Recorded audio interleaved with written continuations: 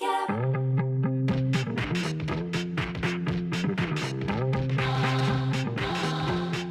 I'm Suzanne LaGrande, and this is Disobedient Femmes. Today, my guest is Trisha R. Thomas, author of 9 books in the Nappily series, including Unnappily in Love, Nappily in Bloom, and now on Netflix, Nappily Ever After. She has just published a new book, What Passes as Love. Welcome to the show. Thank you. Thank you for having me. Before we talk about what passes as love, I'm wondering if I could ask you about your path as a writer. You are amazingly prolific. How did you get started writing? I always wanted to write. I'm sure you hear that a lot, but I had an opportunity to stay home with my children for the first time when they were pretty young, probably 8 and 5, something like that. And that was the first thing I did, was sit down at the computer and just started writing. And I wrote this horrible mystery thriller and I finished it. It was probably 270 pages, something like that. And my husband was like, "Oh, okay, that was good." That was sweet of you to say.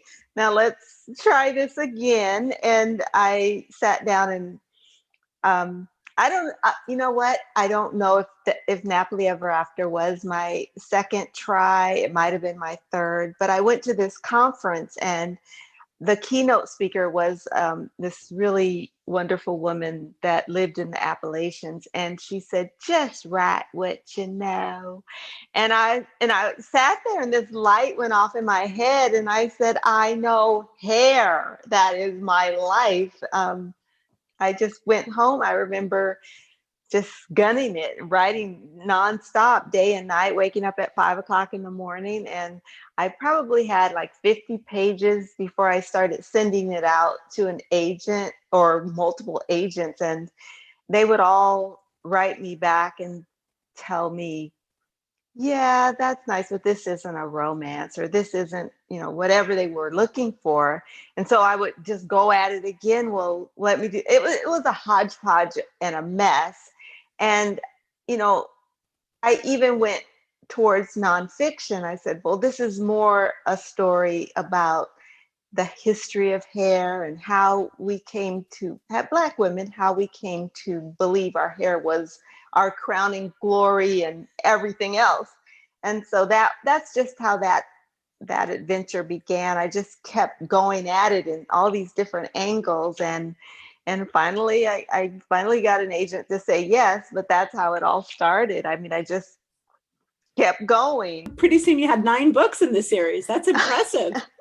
I did. The first book came out with pretty much a bang because Halle Berry, an Oscar-nominated actress, wanted to option it before it had even been printed.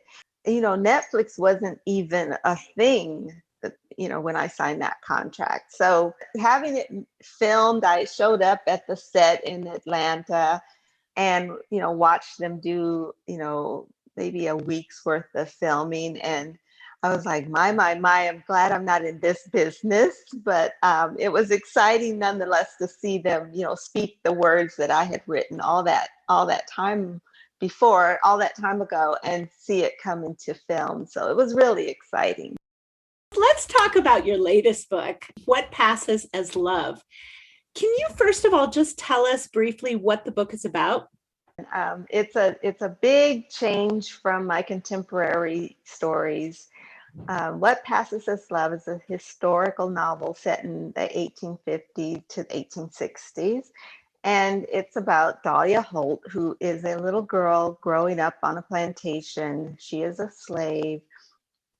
She kind of drives herself crazy because she assumes she's supposed to be more than she is. And she's taken into the house to live with her father, who is also the plantation owner, at the behest of Mother Rose, who sees her lighter skin and doesn't want her to be raised outside of the home. She wants her raised in the house, but she's still a house girl. And the girls that she's meant to serve are her sisters. And so it kind of has this little bit of a Cinderella feel, but how can you do that in a slave setting? And believe me, I know it sounds almost like slavery is such a serious and arduous, and it's a horrific time. But I held in my heart while I was writing this story that we survived. And if everything had been, life or death, this was life. And I wanted to show Dahlia Holt grow up and take her life by the reins and just go forward and find her freedom. And that's what I wrote. This young woman, she's only 16 when she ventures out and decides that she's going to try to live on her own terms, which means sneaking off, running away in the city market when they're supposed to be, on a shopping trip. But she wants to see if it's really true that she looks just like her sisters, but she's still a slave. And so when she gets out and, people are greeting her and nodding and hello, she realizes she really can pass for a young white woman. And so she does. And she meets these two British young men that are brothers who seemingly accept this at face value. Oh, you're a young woman alone. And they are enthralled by her and decide to take her on their journey, which is back to their mansion. And one of them decides that she will become his wife. And so this begins this new adventure for her, and not such a pleasant one, that she almost wishes she was back at the plantation where she started. So that's the story. This book was so impressive in that I think you really managed to, capture the true cruelty and the psychological contradictions in how in the world people manage to keep this system going. Such a really nuanced way with each of the characters. That is one of the things that I had to address, is that no one in my family wanted to hear that this book was, being written, because no one likes slavery and everybody wants to support me. But sorry, this one I'm going to pass on. And I was like, but this is going to be different because, I wanted, it's like it was a balance. I wanted to be upfront with the brutality and, not shy away from it. But I also, it's like those videos that we have to keep watching of this, of George Floyd being beaten and killed. And, so we know it's going on, but we don't have to keep seeing it up front. I wanted to tell the story and limit the amount of brutality, but not shy away from the brutality. So it was a fine balance I had to keep. I mean, I know that writers use their imagination, but it seemed like you really did a lot to bring that time period to life. How did you do it? Thank you. That is a wonderful, very wonderful thing to say. I did a lot of research, and I don't say, research solves everything. You do have to have an imagination. You do have to put yourself in those shoes. And I did that a lot. And I spent a lot of time in tears in this story.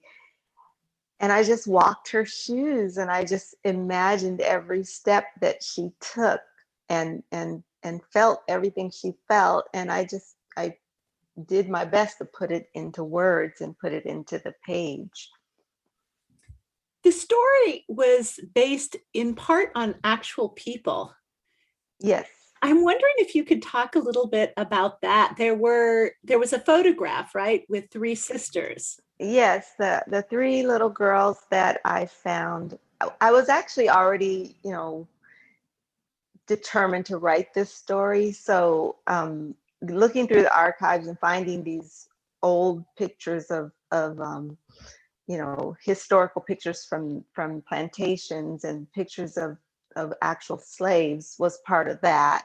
And I found a picture of 3 little girls who were so beautiful, and they had pretty dresses and bonnets and capes and pretty shoes and stockings. And I read at the bottom, and it said 3 emancipated slave sisters in 1861. And I'm just in shock because they're every bit as, white as, I mean, they looked like little girls that I went to school with. They were just unbothered.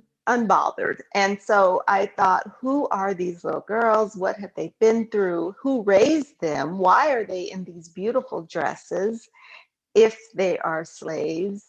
And just, I became enthralled with the whole storyline of Dahlia Holt, this one little girl, which, in the picture, all 3 of them are very beautiful little girls, but one of them in particular looked more ethnic, more Black than the other 2.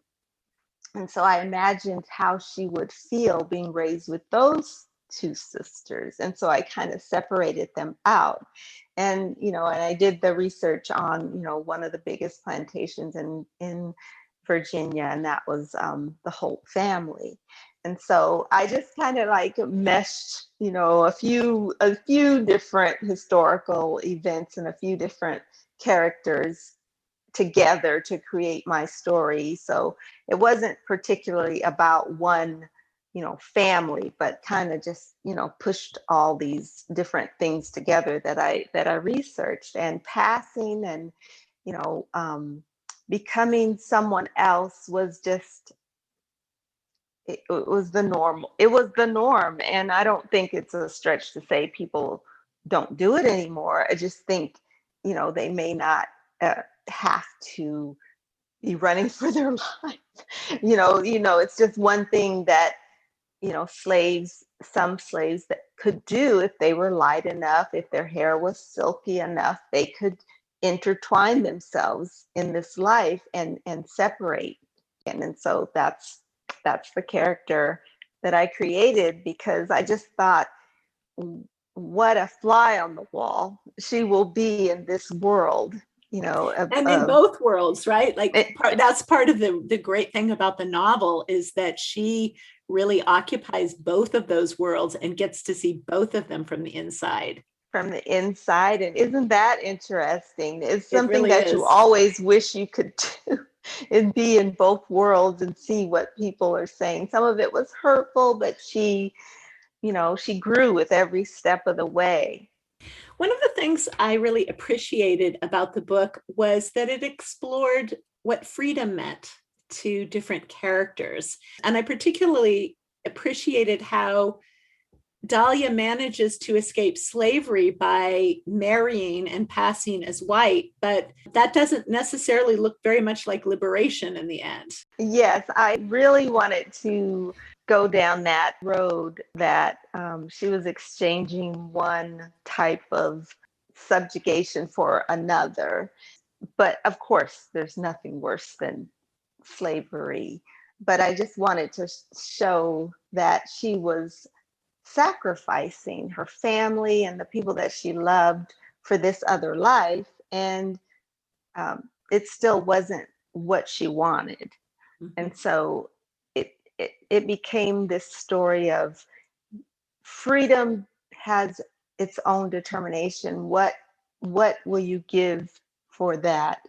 So I really wanted to focus on what we exchange, what we give in our determination to be somewhere else or to give up, move forward. The title, What Passes for Love, suggests that love may not be what we think it is. So the title, What Passes as Love, suggests that love may not be what we think it is. I'm wondering, since you've also written contemporary love stories, how do you think that love in that time period, given those circumstances, was different than love in this time period? Or was it? in a way of being property, she didn't know love. She really didn't. And so I think what we have now, being interpreted as love, it's very animated. What do you see on television? What are you getting on your social media? What are you told to believe love is? And at that time, she had to figure it all out herself. In a lot of romance novels and fairy tales, the heroine's fate is connected to her beauty. But the heroine in this novel is very beautiful, but that's not the key to her freedom or her fate. No one's ever told her she's beautiful. No one's ever said, I love you. She is truly someone making her own way and deciphering all of these codes and signals and trying to understand men and women. And once she leaves that plantation where she was raised in a very isolated world, she is on a fast track of growing up really quickly. And she does. She rises to the occasion. What is it that you think makes her able to be such a strong character? Being as naive as she is plays actually to her strength, because she's not afraid. She hasn't really experienced anything. I think we are all just a summation of our memories and of our past events. And because hers are so small, because her memory of things and her experiences are so small, she's open. She's open to experience everything for the first time, and her fears are very limited. She's not been treated too unkindly, and besides, her sisters and her living, within those four walls of the Westerfield mansion, she doesn't have anything to go on, and nothing's been done to hurt her to the point where she's expecting more hurt. She's actually thinking, wow, this world owes me big, and I'm going to take some of it. And that's what she does, fearlessly. The separation of families under slavery that you describe in the opening chapters is so heart-wrenching. Yes. Do you see any parallels between what happened in that time period and the violence that people had to try to survive under, and what is happening at present? Is there any way in which the past is still present? It is, absolutely. And that's why watching everything that was still going on drove me to finish the book, because I knew slavery wasn't the fun setting. All my other books were contemporary, fun, kind of light, drama, but even called funny. And this was none of those things. But I was propelled forward because I couldn't keep ignoring everything that was going on and how the parallels continue with, African Americans being treated as second-class citizens. And, it just never stopped. And so I just couldn't keep ignoring, wanting to write this story and wanting to tell it. And it wasn't hard to, put it into perspective, because it was still going on. It's still going on. I think the only thing that's changed really is that we have laws, but a lot of people still feel the way they feel. Still feel that because the color of your skin dictates you don't have the same value and the same rights and the same strength and intelligence, everything you can list and name, you know, you're underneath that. And so I just wanted to really, you know, go full on into it, and just, it wasn't hard to describe because it's still going on. And, you know, I've been raised in a pretty middle class area. I grew up in San Diego, California, and I really hadn't experienced racism until I, you know, left the nest, went to college. I mean, I considered a lucky specimen to not see a lot of the damage that was going on in the world until my later years. But it's still there nonetheless, and it still hurts nonetheless. You know, you just can't ignore it. And so I just thought it was time, you know, to write this story. And I wasn't, you know, trying to, you know, my first priority was to tell the story, but I wasn't gonna ignore the realities that are going on. And, you know, a lot of people don't want to hear it, don't want to see it, don't want to read it, but that's not my concern. I wanted to write my story. What do you hope that readers will come away thinking about after reading What Passes as Love? You know, when I first finished it, I felt braver and stronger and you know, resilient, and just like it was a relief of epic proportion that I just felt alive. And that's what I want for my reader to feel like. This journey was hard, it was worth it, but my gosh, I'm stronger, I'm better. I'm a better human being. I don't know if that's a lot to ask for from one little book, but that's what I hoped, you know, readers would come away with. If people want to find your books and also more about you, where can they go? They can go on TrishaRThomas.com. Trisha is spelled with SHA and not CIA. I've had that my whole life. So it's TrishaRThomas.com, and all the links are there. You can email me. You can find out where the books are. They're everywhere, of course. Anywhere books are sold. So they're out there. Thank you so much for being on the show.